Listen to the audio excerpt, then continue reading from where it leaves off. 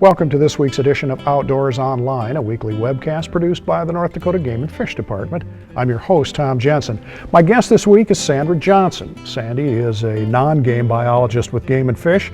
We're going to talk about a very fast-growing hobby in North Dakota, birding. Yes, birding is becoming more popular. I think we've all probably watched birds before. Everyone, if you're a hunter or you just enjoy, your own backyard, everyone's a bird watcher. Birding is a little bit more, you're going out purposely looking for birds, for wild birds that are outside your yard, or maybe you like keeping a list of everything you've seen, because there's a lot of neat birds in North Dakota that people probably have never seen before. I have no idea that they're here. Is that why it's becoming so popular in North Dakota, the wide variety of species? I think so, and it's just, maybe people are just becoming more aware of that there are so many different types of birds. Hopefully it's, some education has helped maybe over the years, but also things like movies, like The Big Year, and there's different social media tools now that people are using where it's easier maybe to learn about some of these things. Now, if someone's watching our webcast here and they're going, that's something that I've really been interested in, but I didn't know how to start. There has to be procedures, there has to be, I guess, some etiquette, if you want to call it as that, involved around birding. Well, one of the first things I'd suggest doing is purchasing a bird field guide. Now, there's all different types of bird books out there. If you go to your local bookstore, there's books that have just photographs in them of birds. There's books where it's Eastern North America birds, Western North America birds. I'd suggest getting a book like the National Geographic Guide to Birds or the Sibley Guide to Birds, where it's illustrations. So it shows, one page may have one species of bird, but it'll have 10 different illustrations of what that bird looks like in breeding plumage and wintering plumage. The male may differ than the female. I would guess they would give the ranges also, so you're not looking for some exotic bird that's only found in South America. They'll have a little range map in there. So that's what I'd suggest doing is getting a book like that and studying it, looking through it, read the introduction about how to read the range map, what the different color codes mean.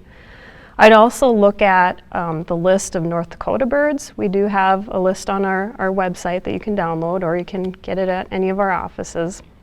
Because there's, in North America, there's almost 1,000 species of birds, or at least north of Mexico, that you might find here. North Dakota, there's been documented maybe 375 birds. Now, some of those are still pretty rare, but there's a couple hundred birds that you could probably find in North Dakota if you kind of know what you're looking for. So if you get that checklist, then you know what you might expect here, and study those birds in the book too. All right, give me an example of some of the do's and don'ts involved with birding. So, some of the do's and don'ts.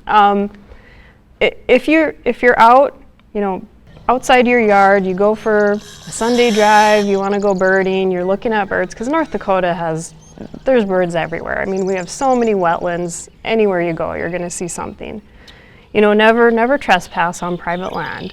If you're watching birds from a road, pull off. Always make sure you're looking to see if there's farm equipment coming or whatever, just so that you're not causing a problem on the road. Especially if the birds are in their breeding season, you don't want to disturb them too much. So it's great going for a hike through the prairie and looking for them, but if you do find a bird, you find a nest, just leave it alone, walk away and give them some space. Pretty easy to get started as far as equipment? Yes, again, the first thing would be a good bird book. You don't need binoculars, but they really are helpful. And you can start out with just an easy, cheaper pair of binoculars, but I think you'll find that some of those cheaper pairs, you don't get the quality, the clarity of a nicer pair of binoculars. And it's not like you have to spend thousands of dollars, but if it's something that you think you're going to be interested in, it might be worth investing in a nice pair of binoculars. It's also a good idea to know how to use them. Right, right. You think, that it looks like such a simple piece of equipment, but a couple things you need to learn are the magnification. So that's the first number. If it says 8 by 40, well, that's an 8 power binocular. That's the magnification. and the second number is the lens size. So the smaller the second number, the smaller your field of depth will be too. So a good starting pair would be something like 8x40, 8x42. If you go any higher, 10 power is still okay, but you don't need the highest power, because then as you're holding the binoculars, they get kind of shaky. Sure. So, but a lot of us are hunters too, so we have, binoculars for hunting season. I mean, take them out and use them. How does a novice birder figure out where to start? Obviously, there are areas that are better than others. How do you figure out where to start?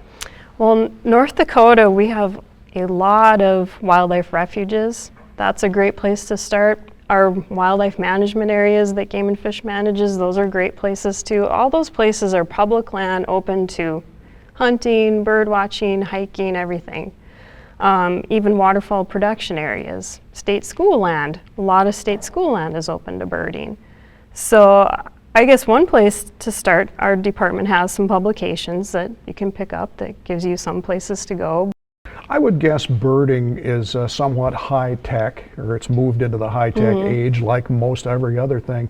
Are there electronic applications that people can use to follow their quest?